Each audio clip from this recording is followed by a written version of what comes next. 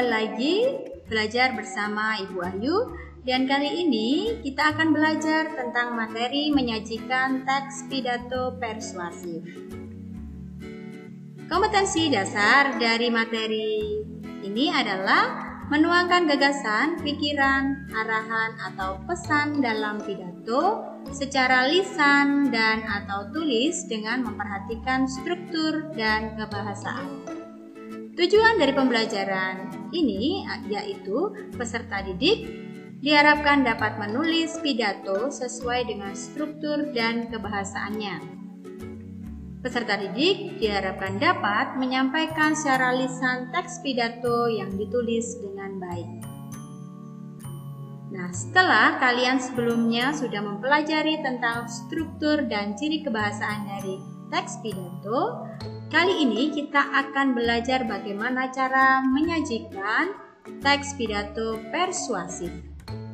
Yang nanti akan kita pelajari yang pertama yaitu menulis teks pidato, dan yang kedua adalah berpidato. Yang pertama, kita akan belajar tentang bagaimana cara menulis teks pidato persuasif. Ada beberapa langkah-langkah menulis teks pidato persuasif. Yang pertama, kalian harus menentukan tema atau pokok pidato. Setelah menentukan tema, daftarlah pokok-pokok pidato yang akan disampaikan. Kemudian, tentukan tujuan dari pidato tersebut. Berikutnya, susun kerangka pidato.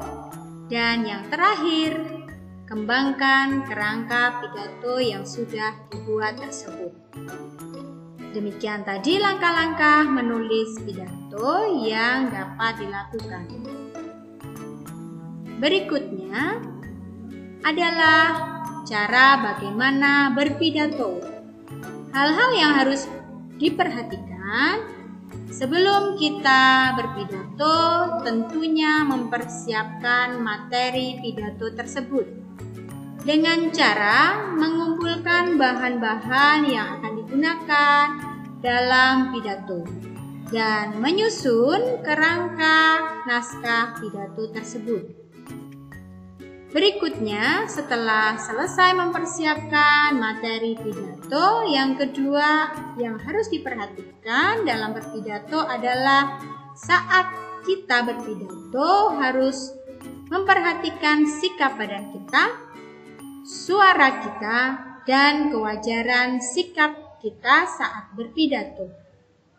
Selain itu, kita juga harus memperhatikan persiapan pendengar, bagaimana minat, perhatian, dan kemauan serta pemahaman dari pendengar pidato tersebut. Nah, demikian tadi sudah kita pelajari bagaimana cara menyajikan pidato persuasif baik secara lisan dan tulis.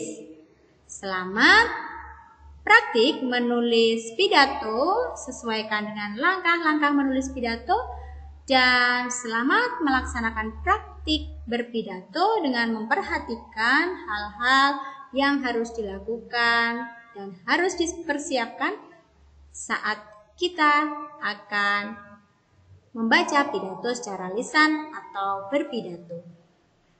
Tetap semangat dan selamat belajar.